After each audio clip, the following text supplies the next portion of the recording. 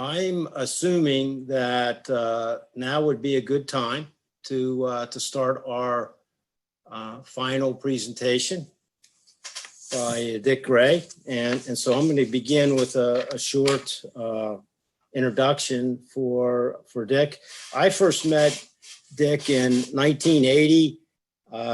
We were at a Geologic Society of America meeting, and Dick and I were on a field trip. We were looking at the Pennsylvania Mississippian unconformity. I don't know if Dick remembers that, but I found him to be just a really engaging guy, and he had tons of knowledge. And so since that time, over the last 40 years, how about that, Dick? I've got to interact with him a lot, and it's been just so beneficial on my part to have that interaction. So Dick really started his career when the geotechnical profession was blooming in the Pittsburgh region. He got his bachelor's degree from CMU in 1956. And then he got a graduate degree in geology from Pitt in 1962.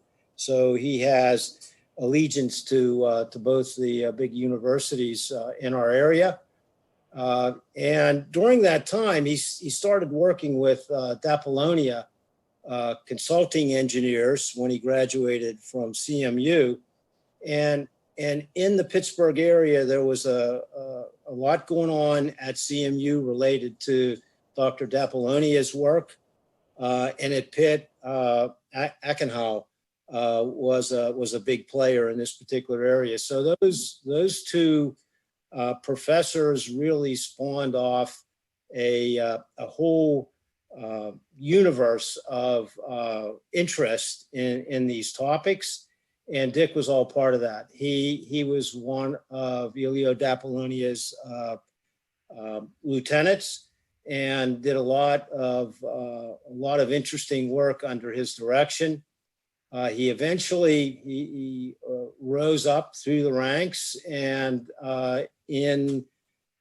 today everybody knows about GAI Consultants. Dick was a vice president of then it was called General Analytic Incorporation. And after many years with that company, and as it grew, he and Tony DeGioia formed their own company, DeGioia Gray, and in 2005, and that's where Dick is today. He's presently a principal in that consulting company. Now, one of the comments I wanted to make to the students, here's a person that has dedicated his life, at least in part, to his professional activities and professional societies. He has been involved in the American Society of Civil Engineers, the Geologic Society of America, the American Society for Testing and Mineral Materials, ASTM, especially some of the committees that had to do with soil and rock. He's been the president of the Association for Engineering Geologists, and he's been active in the International Association of Engineering Geology. So with all of those different activities over the years, you can imagine he's also has an array of awards, very distinguished awards that he's collected through that time. And so Dick is, he's just one of the foremost authorities in this particular topic in our region.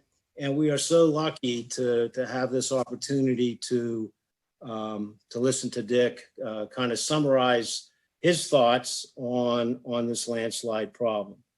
So without any further ado, please join me in welcoming Dick Gray. And Dick, I'll allow you to share your screen and begin your presentation. So thank you so much, Dick. Thank you, Tony.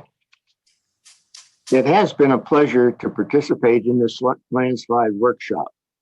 As participants, we should all thank IRISE, the supporting organizations, and the speakers for this significant event in the history of the Pittsburgh geotechnical community. An impressive display of engineering tools and capabilities were presented by the speakers. Several speakers noted that rainfall has increased in recent years, resulting in more landsliding. Others used infrared aerial photography, photogrammetry, LIDAR, geophysics, and satellite imagery in their investigations. The importance of monitoring and instrumentation was emphasized by several speakers. Landslide repair and slope reconstruction were also well covered.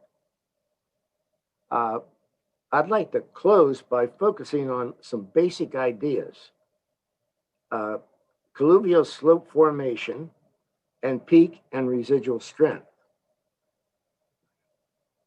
I think it's most appropriate that Pittsburgh took up the challenge of putting on this workshop in what is the largest red area on the U.S. landslide hazard map. But I think it's important and a burden on all of us within this area that claim to be professionals or planning to enter the profession to become fully aware of the reason for that big red spot and to understand it very well so that we can take care of the problems that have occurred and will occur in the future.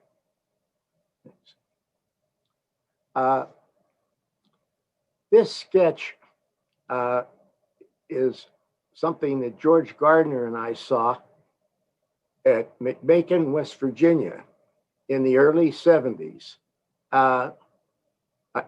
You can see that high on the hills, you have small masses of slide material, but they eventually drip over the benches that are there formed by the more resistant beds and eventually coalesce at the lower levels of the hillside into a large colluvial mass.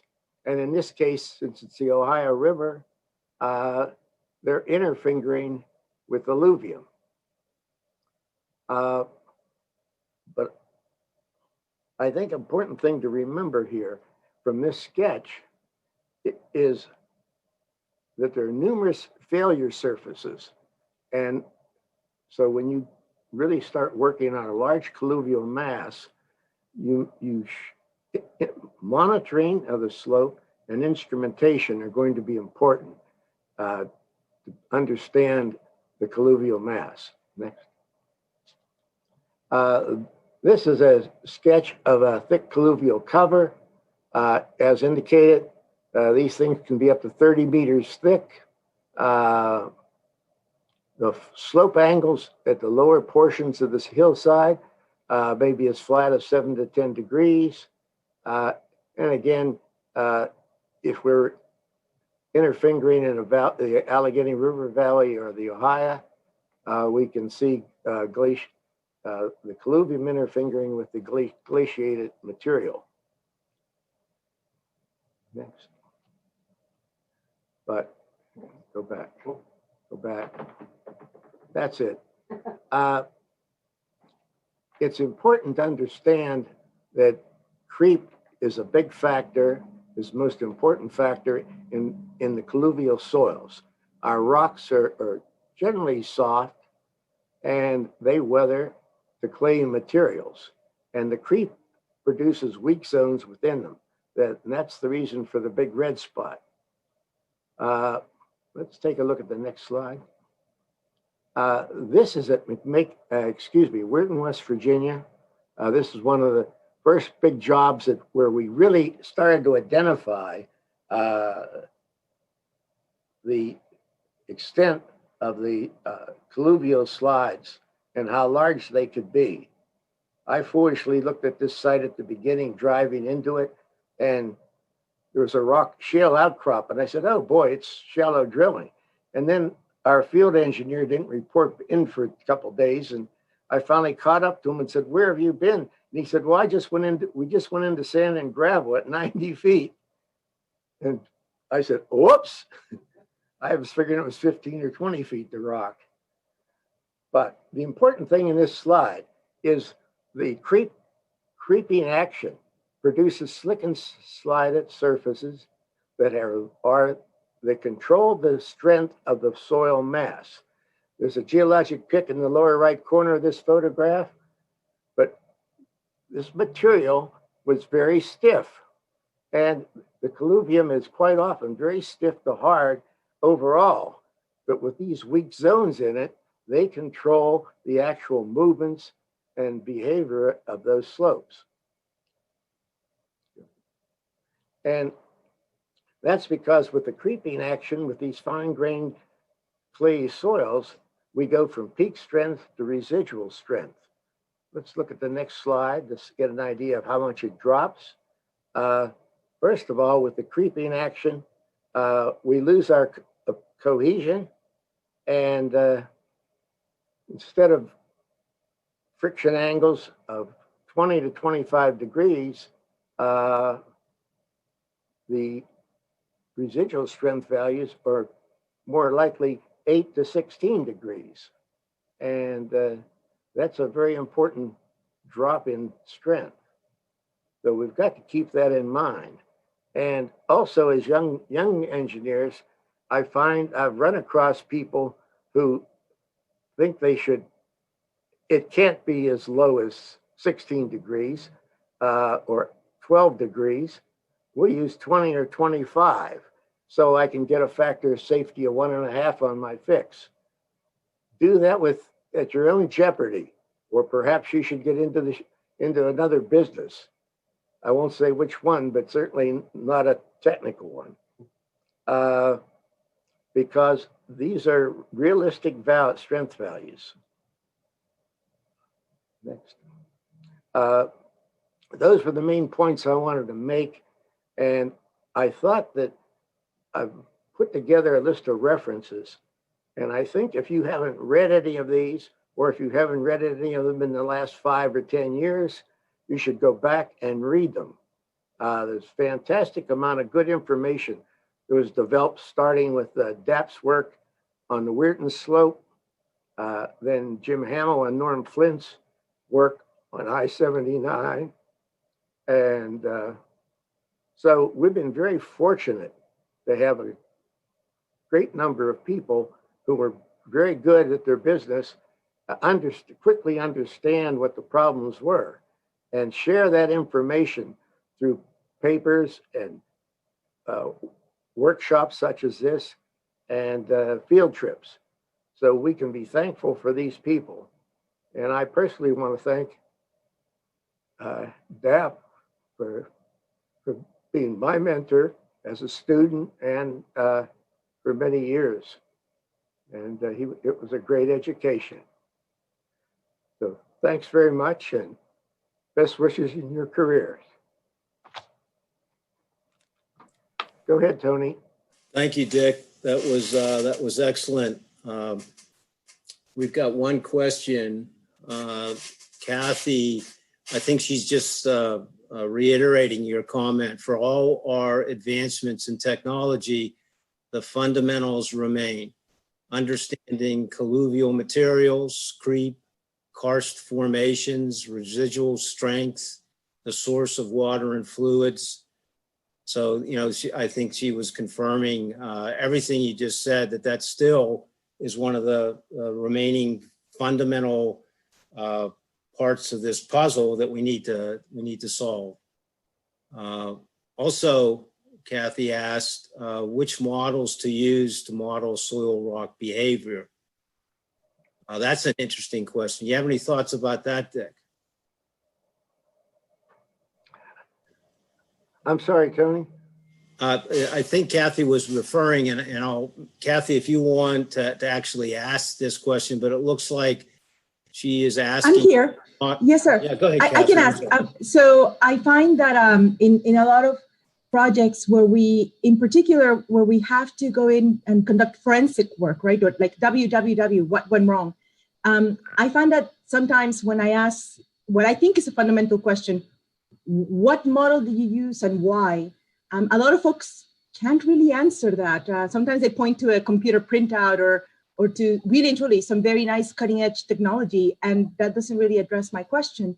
So I was wondering, Mr. Gray, if you could expand a little bit on some of the common models that are used out there, or perhaps some unusual models that some folks do not have in mind, and what are the driving factors in selecting these models? Well, I don't think it's so much the models that you're using. I think it's understanding the basic morphology of the slope and what the materials are like in the slope, what the strength factors are. And then you can use your conventional or normal stability analyses to predict what's going to happen. But the big thing is to make sure you understand where the slide planes are. There's probably one at the top of rock from the past creep activity. And people don't want to accept that idea either, because the soil up above, as I said earlier, is sometimes very stiff to hard with rock in it, and they can't believe it's low strength material. Well, change your thinking. Read the papers. See what the other people have said about it. So that's your model. You can't think that it's hard material on that slope. You're fooling yourself.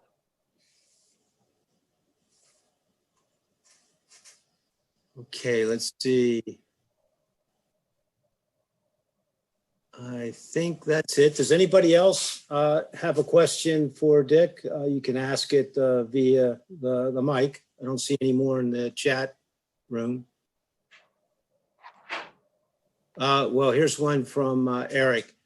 Having an opportunity to work with Dick every day and having had other great mentors in my past roles, I can attest to the importance of learning from the masters.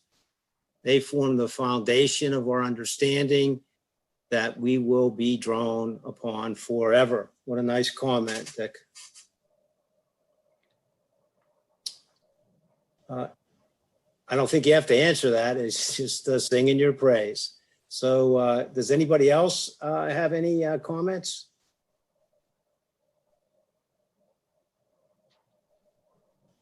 Here's one, Dick, nice reminders. Can you comment on the water table depth?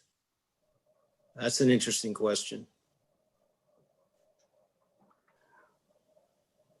With respect to the water table, with the way that our lithologies are, with interbedded permeable rocks and impermeable rocks, and then the soil cover that develops on the surface is basically low permeability, you're going to end up with perched water tables on your slope, most likely.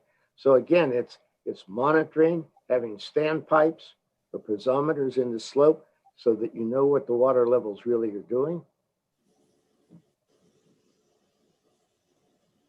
Monitoring. Huh? Okay. All right. Well, I don't see any other questions in the chat room. I'll just pause for a second and see if anybody wants to ask one via the mic.